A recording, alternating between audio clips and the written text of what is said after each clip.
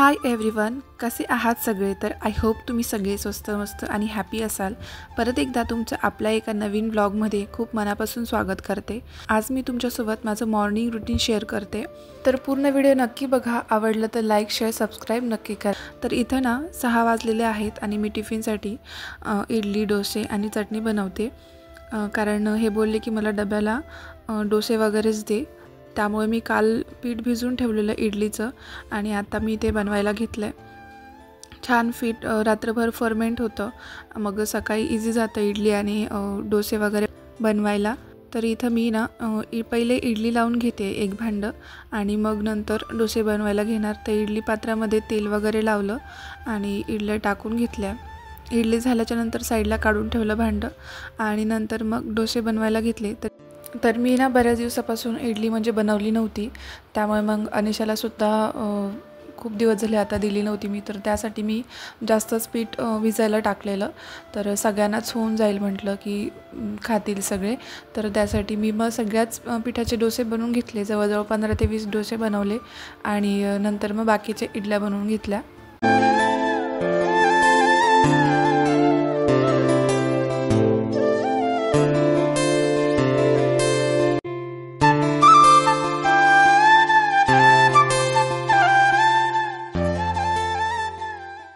पहिले ना मला डोसे बनवताना म्हणजे एकदम असे थोडेसे जाड यायचे, पातळ यायचेच नाही। नंतर मग हळूहळू प्रॅक्टिस होऊन आता एकदम मला पातळ जमतात। एकदम पेपर डोसा असतो तसा डोसा मी बनवू शकते आणि पटकनसुद्धा बनवून होतात। आणि माझा कधीही म्हणजे एकसुद्धा डोसा ना असा खराब होत नाही किंवा चिकटत नाही, एकदम बरोबर आणि परफेक्ट होतो आणि छान होतो, गोल होतो। तर मला हे बोलत असतात तुझे डोसे छान होतात आणि मला पण ते भारी वाटतं की डोसे छान होतात, कारण आपण कधीतरी एकदाच बनवतो, आठवड्यातून किंवा महिन्यातून एकदा दोनदा, आणि मग ते सुद्धा छान नाही झालं ना मग चांगलं नाही वाटत। तर इथे माझे सगळे डोसे मी बनवून घेते। अजूनही तुम्ही आपलं चॅनल सबस्क्राईब केले नसेल तर चॅनलसुद्धा सबस्क्राईब करून घ्या।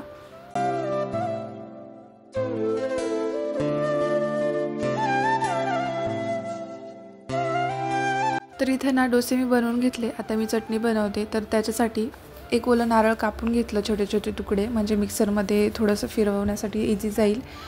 आणि नंतर मग मिरच्या घेतल्या, कोथिंबीर घेतली, डाळे घेतले आणि थोडंसं लसूण आणि मीठ हे सगळं त्याच्यामध्ये टाकून ना छान असं बारीक करून घेतलं। पाहिजे तेवढं पाणी त्याच्यामध्ये मिक्स केलं आणि थोडंसं दहीसुद्धा मी मिक्स करणार नंतर, जेव्हा आपण तडका देतो ना तेव्हा थोडंसं दही टाकणार त्यामध्ये, म्हणजे त्याला अजून छान चव येते। बाहेर जशी चटणी भेटते तशीच म्हणजे थोडीफार चव येते त्याला।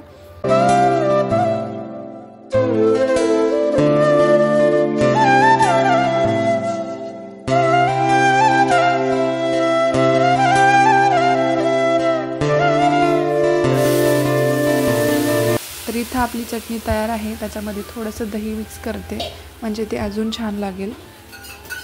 तर इथं आपली चटणी पूर्ण तयार आहे।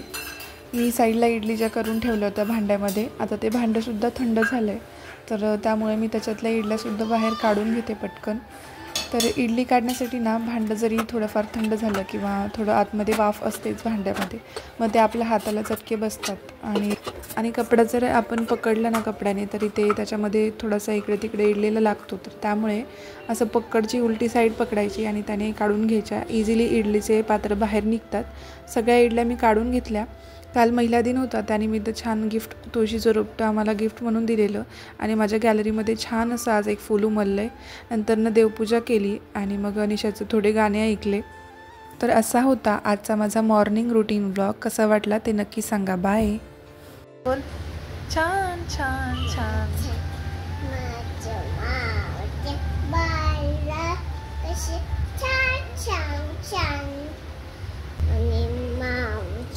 बाल कसे